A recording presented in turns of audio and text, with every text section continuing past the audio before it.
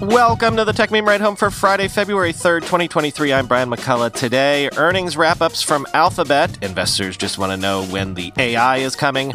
From Apple, they're still not planning any layoffs. And from Amazon, look, AWS is still a beast. And in the weekend long-read suggestions, the startup that wants to bring back the Dodo, Jurassic Park style. Here's what you missed today in the world of tech. It's that big earnings week for tech, and yesterday was the usual big day with everybody reporting all at once. So let's just rip the Band-Aid off, like we said yesterday, and plow through these. I want to start with Alphabet because they're maybe the most interesting of the big tech companies right now. Alphabet reported revenue up a mere 1% and net income down a whopping 34%, so decidedly mixed to negative. Overall, Google advertising was down 4% below analyst estimates. Search revenue was down 2%. Even YouTube's revenue dropped 7.8%, again below analyst estimates.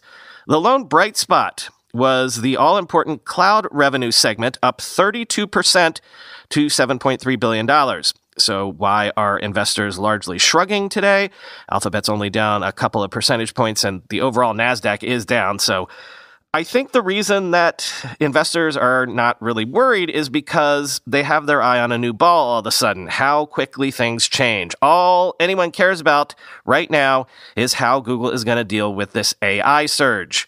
Quoting MarketWatch, in a note released Friday, J.P. Morgan analyst Doug Anmuth wrote that AI is reaching an inflection point at Alphabet. Quote, amidst a challenging operating environment, we're encouraged by upcoming AI products and what feels like deeper commitment to rationalize the cost structure, though there is still some uncertainty around magnitude and timing, he wrote. The analyst explained that AI has been integral to Alphabet's business for many years, driving search and broader ads performance while also supporting its cloud business.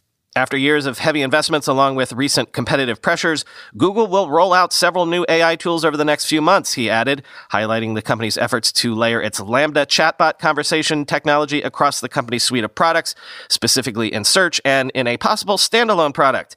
In addition to the company's efforts to deliver AI tools to app developers, Anmuth also pointed to its plans to introduce AI-powered features to Workspace and large language models to Gmail and Docs. Large language models harness AI to parse vast quantities of natural language, end quote. Indeed, Sundar Pichai said Google will make large language models like Lambda available, quote, in the coming weeks and months, and users will be able to use them, quote, as a companion to search.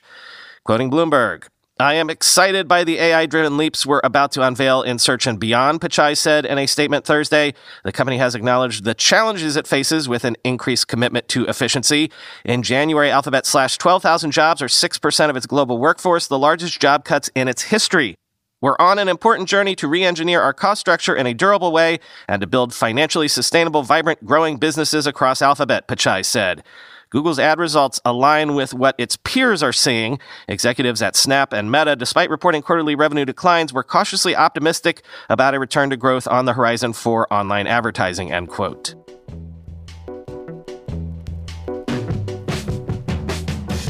Apple reported Q1 revenue was down 5% year over year to $117.2 billion, marking its largest annual quarterly revenue decline since 2016, and net income was also down 13% year over year to $30 billion. Tim Cook said iPhone revenue would have grown without supply chain constraints. Currency fluctuations were a challenge for the company, and layoffs are a, quote, last resort kind of thing.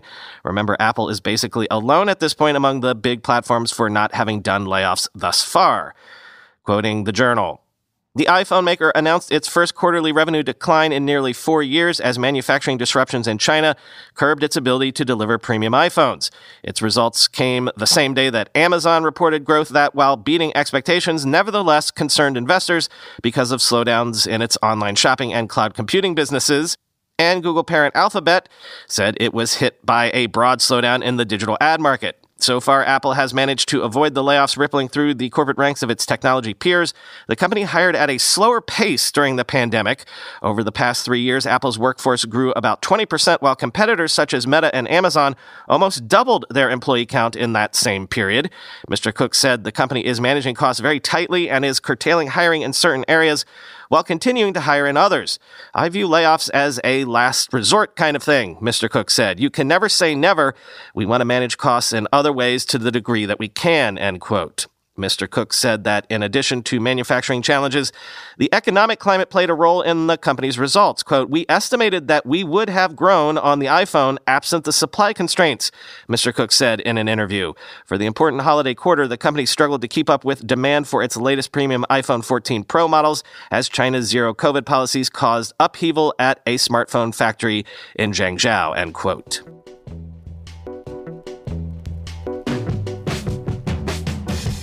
And real quick, let's hit Amazon's numbers. They reported Q4 revenue up 9% year over year. Net income was down 98% to a mere $278 million. It was their least profitable holiday quarter since 2014. AWS revenue was up 20% year over year to $21.4 billion for the quarter. Q4 advertising services revenue grew 19%, and subscription services grew 13%. Spending on content actually surged to $16.6 billion last year, up 28%, largely because of their big Thursday night football deal. But again, look, AWS continues to be the thing here. Google Cloud is at $7.3 billion in quarterly revenue, while AWS, as I just said, is triple that at $21.4 billion a quarter. Amazon's AWS revenue was $80 billion in 2022, higher than the revenue of 457 of the companies in the S&P 500. They've gone from doing $3 billion a year in revenue to $80 billion a year in revenue in just 9 years, a 44% annualized growth rate.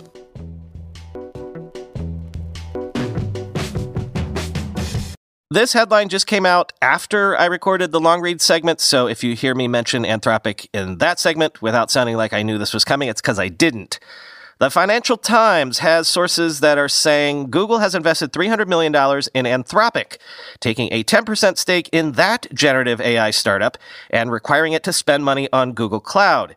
Quoting the FT, the terms of the deal, through which Google will take a stake of around 10%, requires Anthropic to use the money to buy computing resources from the search company's cloud computing division, according to 3 people familiar with the arrangement.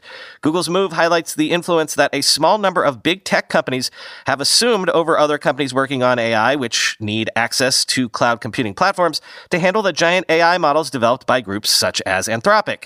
Anthropic was formed in 2021 when a group of researchers led by Dario Amodei left OpenAI after a disagreement over the company's direction.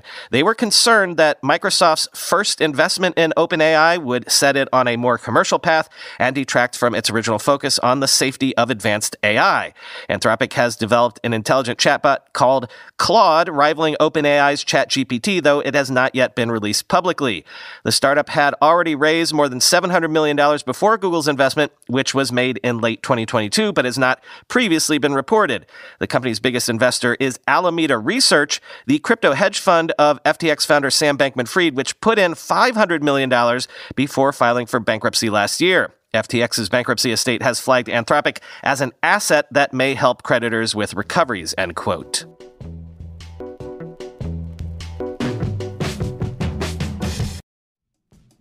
The words January and resolution go hand in hand, just like the phrases life insurance and responsible decision go hand in hand. With life insurance from Fabric by Gerber Life, you can help protect your family's financial future if something unexpected happens. Fabric was designed by parents for parents to help you get a high-quality, surprisingly affordable term life insurance policy in less than 10 minutes. Fabric's new lower prices could mean potentially significant savings over other providers with great quality policies like $1 million in coverage for less than $1 a day. Life insurance can have a bad rap for being complicated, but Fabric makes it easy to apply with its seamless digital experience. It's all online and on your time. And if you need extra support, Fabric's team of licensed insurance agents can answer questions along the way. It takes less than 10 minutes to apply, to see your quote, and then personalize your quote to fit your family's needs. You could be offered coverage instantly with no health exam required. Protect your family today with Fabric by Gerber Life. Apply today in just 10 minutes at meetfabric.com/ride.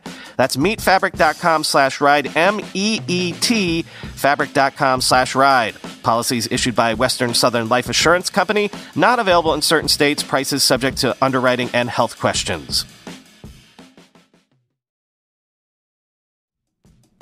Try it free for 30 days. It's just about enough time to try and completely forget about a subscription or service. Before you know it, you're paying for a subscription you don't use every single month. With Rocket Money, you can change that with a few quick taps. Rocket Money, formerly known as Truebill, is a personal finance app that finds and cancels your unwanted subscriptions, monitors your spending, and helps you lower your bills all in one place. Over 80% of people have subscriptions that they've forgotten about. Rocket Money will quickly and easily identify your subscriptions for you so you can stop paying for the ones you don't want. Simply find the subscription you don't want and press cancel, and Rocket Money will cancel it for you. No more long hold times with customer service or tedious emailing back and forth. Rocket Money makes canceling subscriptions as easy as a click of a button. Over 3 million people have used Rocket Money, saving the average person up to $720 a year. I've literally been doing this myself this new year, cutting out about a dozen years-old subscriptions I'd completely forgotten about. Stop throwing your money away, cancel unwanted subscriptions, and manage your expenses the easy way by going to rocketmoney.com/ride. That's rocketmoney.com/ride, rocketmoney.com/ride. Time for the weekend long read suggestions. Look, what do you think I have for you this week? I'm hustling as much as everybody to stay on top of these AI developments, so here you go. A couple of primers that will help, keep us abreast of the lay of the land. From Ars Technica, a look at the history of generative AI and developments that paved the way for the most recent breakthroughs, including CUDA, convolutional neural networks, and transformers. Basically, how did we get here? Why is it happening now? Quote, "There's a reason all of this has come at once. The breakthroughs are all underpinned by a new class of AI models that are more flexible and powerful than anything that has come before. Because they were first used for language tasks like answering questions and writing essays, they're often known as large language models. OpenAI's GPT-3, Google's BERT, and so on are all LLMs. But these models are extremely flexible and adaptable. The same mathematical structures that have been so useful in computer vision, biology, and more that some researchers have taken to calling them foundational models to better articulate their role in modern AI. There's a holy trinity in machine learning: models, data, and compute. Models are algorithms that take inputs and produce outputs. Data refers to the examples the algorithms are trained on. To learn something, there must be enough data with enough richness that the algorithms can produce useful output. Models must be flexible enough to capture the complexity in the data, and finally, there has to be enough computing power to run the algorithms. The first modern AI revolution took place in deep learning in 2012, when solving computer vision problems with convolutional neural networks, or CNNs, took off. CNNs are similar in structure to the brain's visual cortex. They've been around since the 1990s, but weren't yet practical due to their intense computing power requirements. In 2006, though, NVIDIA released CUDA, a programming language that allowed for the use of GPUs as general-purpose supercomputers. In 2009, Stanford AI researchers introduced ImageNet, a collection of labeled images to train computer vision algorithms. In 2012, AlexNet combined CNNs trained on GPUs with ImageNet to create the best visual classifier the world had ever seen. Deep learning and AI exploded from there, end quote. And from VentureBeat, a roundup of potential rivals to OpenAI's ChatGPT service: DeepMind's Sparrow, Google's Lambda, Anthropic's Claude, and Character AI. Quote, Anthropic developed an AI chatbot, Claude, available in closed beta through a Slack integration, that reports say is similar to ChatGPT and has even demonstrated improvements. Anthropic, which describes itself as, quote, working to build reliable, interpretable, and steerable AI systems, created Claude using a process called constitutional AI, which it says is based on concepts such as beneficence, non-malfeasance, and autonomy. DeepMind, which is the British-owned subsidiary of Google parent company Alphabet, introduced Sparrow in a paper in September. It was hailed as an important step toward creating safer, less biased machine learning systems, thanks to its application of reinforcement learning based on input from human research participants for training. DeepMind says Sparrow is a, quote, dialogue agent that's useful and reduces the risk of unsafe and inappropriate answers, end quote. The agent is designed to, quote, talk with a user, answer questions, and search the internet using Google when it's helpful to look up evidence to inform its responses, end quote. Google's Lambda is still considered to be one of ChatGPT's biggest competitors. Launched in 2021, Google said in a launch blog post that Lambda's conversational skills have been years in the making. Like ChatGPT, Lambda is built on Transformer, the neural network architecture that Google Research invented and open-sourced in 2017. The Transformer architecture, quote, produces a model that can be trained to read many words, a sentence or a paragraph, for example, pay attention to how those words relate to one another, and then predict what words it thinks will come next, end quote. And like ChatGPT, Lambda was trained on dialogue. According to Google, during its training, Lambda picked up on several of the nuances that distinguish open-ended conversation from other forms of language, end quote. Finally, what happens when engineers who developed Google's Lambda get sick of big tech bureaucracy and decide to strike out on their own? Well, just 3 months ago, Noam Shazir, who was also one of the authors of the original Transformer paper, and Daniel DeFreitas launched Character AI, its new AI chatbot technology that allows users to chat and role-play with, well, anyone, living or dead. The tool can impersonate historical figures like Queen Elizabeth and William Shakespeare, for example, or fictional characters like Draco Malfoy. According to the information, Character has told investors that it wants to raise as much as $250 million in new funding, a striking price for a startup with a product still in beta. Currently, the report said the technology is free to use and Character is, quote, studying how users interact with it before committing to a specific plan to generate revenue, end quote. The Atlantic has a mind-bending piece about how the human brain could explain why AI programs are so good at writing grammatically superb nonsense. Quote, ChatGPT and software like it demonstrate an incredible ability to string words together, but they struggle with other tasks. Ask for a letter explaining to a child that Santa Claus is fake, and it produces a moving message signed by Saint Nick himself. These large language models, called LLMs, work by predicting the next word in a sentence based on everything before it. But ask ChatGPT to do basic arithmetic or spelling or give advice for frying an egg, and you may receive grammatically superb nonsense. Quote, if you use too much force when flipping the eggshell can crack and break, end quote. These shortcomings point to a distinction not dissimilar to one that exists in the human brain, between piecing together words and piecing together ideas, what the authors term formal and functional linguistic competence, respectively. Language models are really good at producing fluent grammatical language, says the University of Texas at Austin linguist Kyle Malwold, the paper's other lead author. But that doesn't necessarily mean something which can produce grammatical language is able to do math or logical reasoning or think or navigate social contexts, end quote. If the human brain's language network is not responsible for math, music, or programming, that is, for thinking, then there's no reason an artificial neural network trained on terabytes of text would be good at those things either. In line with evidence from cognitive neuroscience, the authors write, LLM's behavior highlights the difference between being good at language and being good at thought. ChatGPT's ability to get mediocre scores on some business and law school exams, then, is more a mirage than a sign of understanding, end quote. We didn't get to cover this week, but you might have heard about the big raise recently for that startup that wants to bring back the Dodo. Yes, the extinct bird. Colossal Biosciences of Austin, Texas, is 2 years old and just raised a huge $150 million round, bringing its total raise to $225 million. Yes, this is Jurassic Park stuff. Quoting MIT Technology Review. The resurrection of the Dodo is a theoretical possibility thanks to Beth Shapiro, a specialist in ancient DNA at the University of California, Santa Cruz, who says that she and coworkers were able to recover detailed DNA information from a 500-year-old dodo remains held at a museum in Denmark. I have the dodo genome, Shapiro, who is now advising Colossal, said in a phone interview with MIT Technology Review. That is something we just finished, end quote. To create the dodo from such genetic information, the company plans to try to modify the bird's closest living relative, the brightly colored Nicobar pigeon, turning it step by step into a dodo and possibly rewilding the animal in its native habitat. Colossal has not yet created any kind of animal, though. It's still working on developing the necessary processes, and making a dodo might not even be possible. That's because it's hard to predict how many DNA changes will be needed to transform the Nicobar pigeon into a big-beaked, 3-foot-tall dodo, end quote.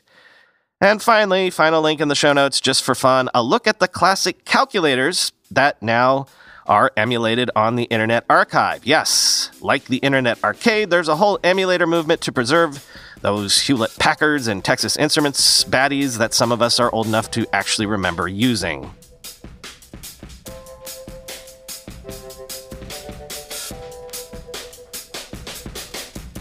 No bonus episode this weekend, or probably next weekend too, but I do have an ask, and I know I've had a ton of asks for you lately.